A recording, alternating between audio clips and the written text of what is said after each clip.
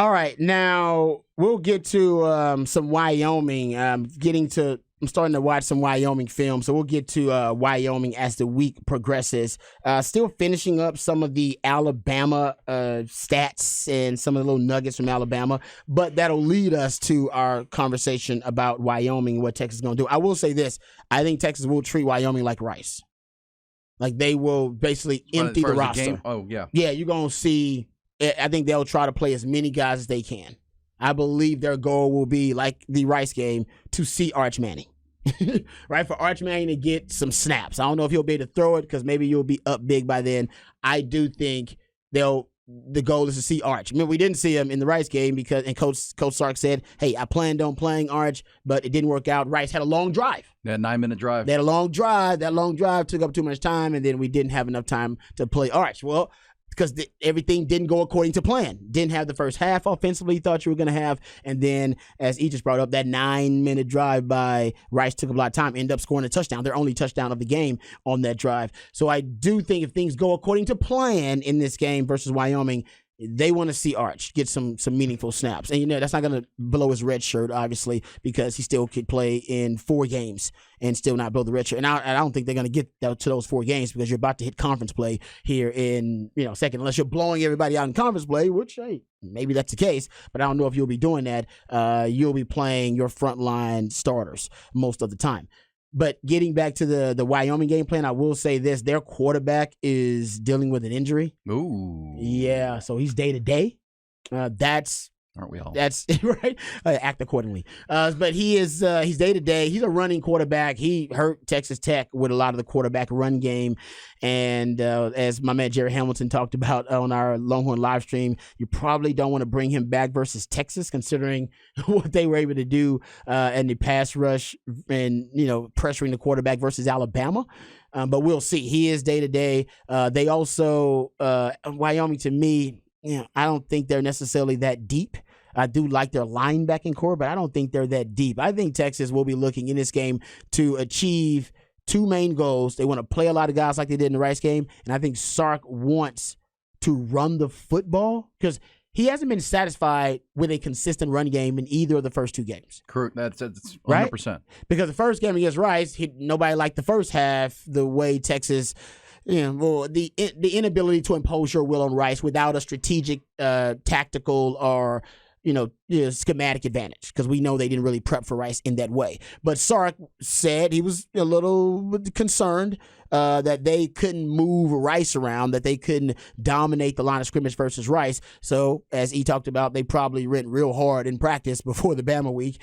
Practice one-on-ones, good on good, and then we saw the result versus Alabama. But even in the Alabama game, they weren't able to run the ball consistently until late in the game, wore Bama out, and they were able to seal the game with the run game. But they didn't run the football consistently in the Bama game. As a matter of fact, Sark said that wasn't his plan. He said he didn't even think they could run the ball consistently versus Alabama. That's why the game plan was to throw the football, to open up the run, and to let these short, high-percentage, quick passes be an extension of the running game. Just like I said, last week, they're not going to be able to run the ball versus Bama, and Sark agreed. Great minds think alike.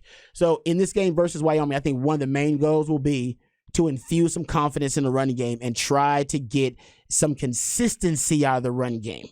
And I don't know, C.J. Baxter, his health obviously is going to be a question. He's gotten hurt, at least had an injury, I should say, in both games. Had to leave the Alabama game a little bit early. Had to leave the Rice game. I think he was being helped off the field of the Alabama game, I think, to see report. And he left the game early, the Rice game, with an injury.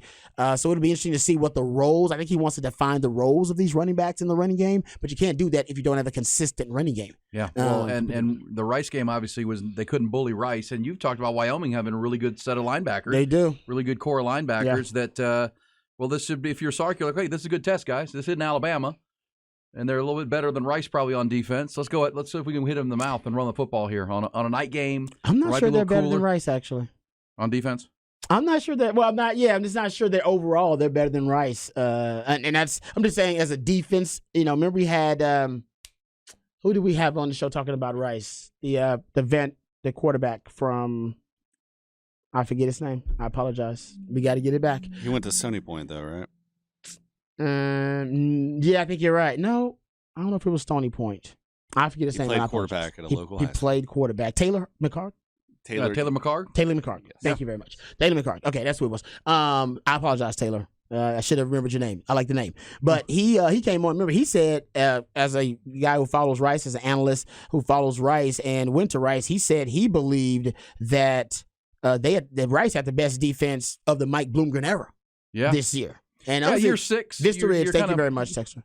And you've talked about ahead of the Rice game that they were recruiting at the best level that program ever has under Mike Bloomgren.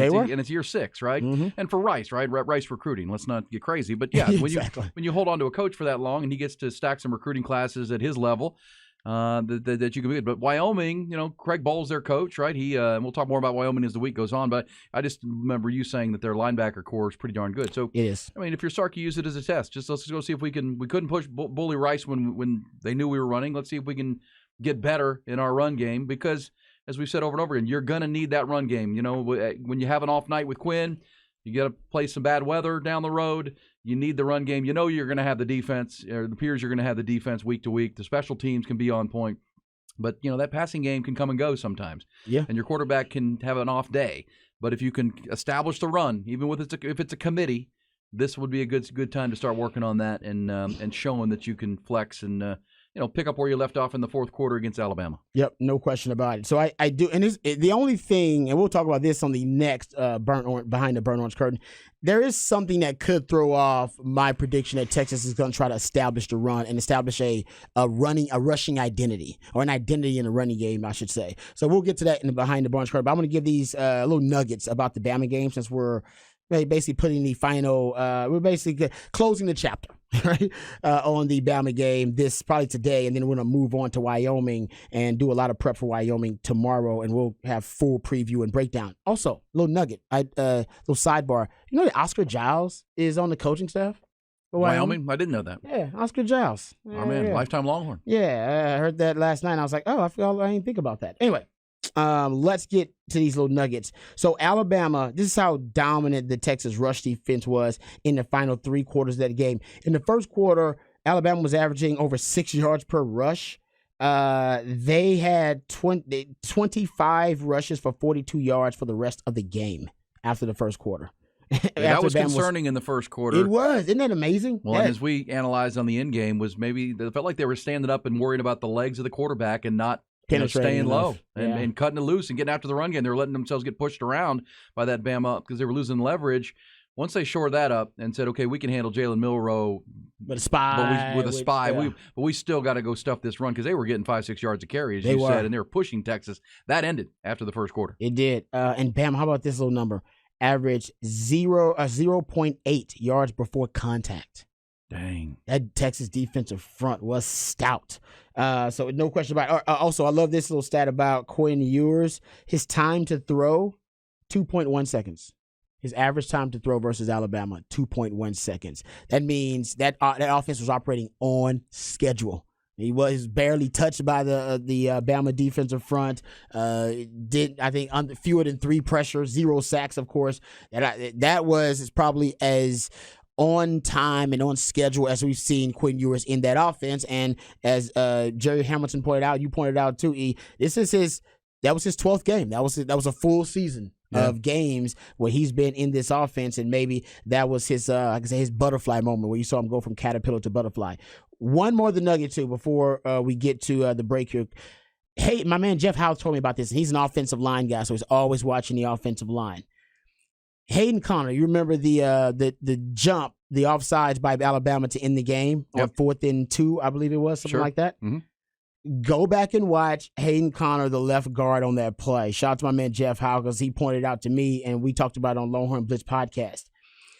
He moves his right hand, and like almost in a way as if he's about to grab something, or he's stretching out his right hand. It's a very subtle movement, but it looks like it might have been what the Alabama defender was looking at that drew him off sides. Yeah, and that obviously got you the first down. And you could take a knee. Go back and look at it. It's clear as day. On the replay, it's really clear. They replay it, and it's really clear. He's standing there, he's still, and then he opens his hand and then makes a fist again. He goes from a fist, opens his hand, and makes a fist again, and it's crazy. It's when you go back and look at it, it is pretty obvious.